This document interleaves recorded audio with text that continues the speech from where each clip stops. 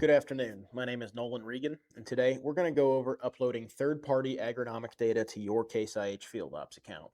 Now, one of the things I want you guys to keep in mind is that today I'm going to be showcasing uploading data from a Precision Planting Gen 3 2020 display.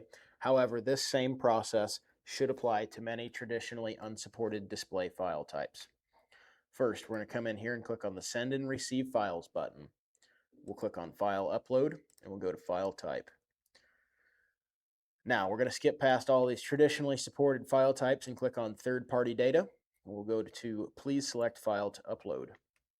Once in here, we need to navigate to where the file is stored. I'm going to come to my desktop, and I'm going to navigate to the zip file that I have created for this field. Now, I want you guys to keep in mind that when we do upload the data to the FieldOps account, it needs to be in a zipped file format. For the 2020, we have to upload those files field by field, and they will then follow the traditional grower, farm, and field structure when uploaded to the account.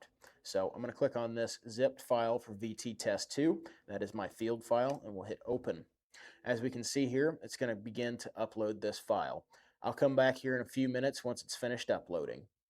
All right, folks, once we've gone ahead and closed out of that screen, we can come back up here to process status, and we can see we're processing that third-party data here. We're on step 2 of 3. Typically, this takes about 5 to 10 minutes per field. However, I've gone ahead and uploaded this field in the past so we can view it today.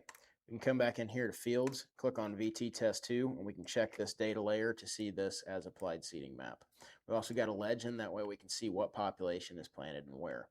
This is really useful for us because we can take some of this data from traditionally unsupported displays and stick it into our FieldOps account to integrate some of those mixed fleets that we do have out there. Now, we can also take this data in the future and reprocess it and stick it into our combines for variety tracking.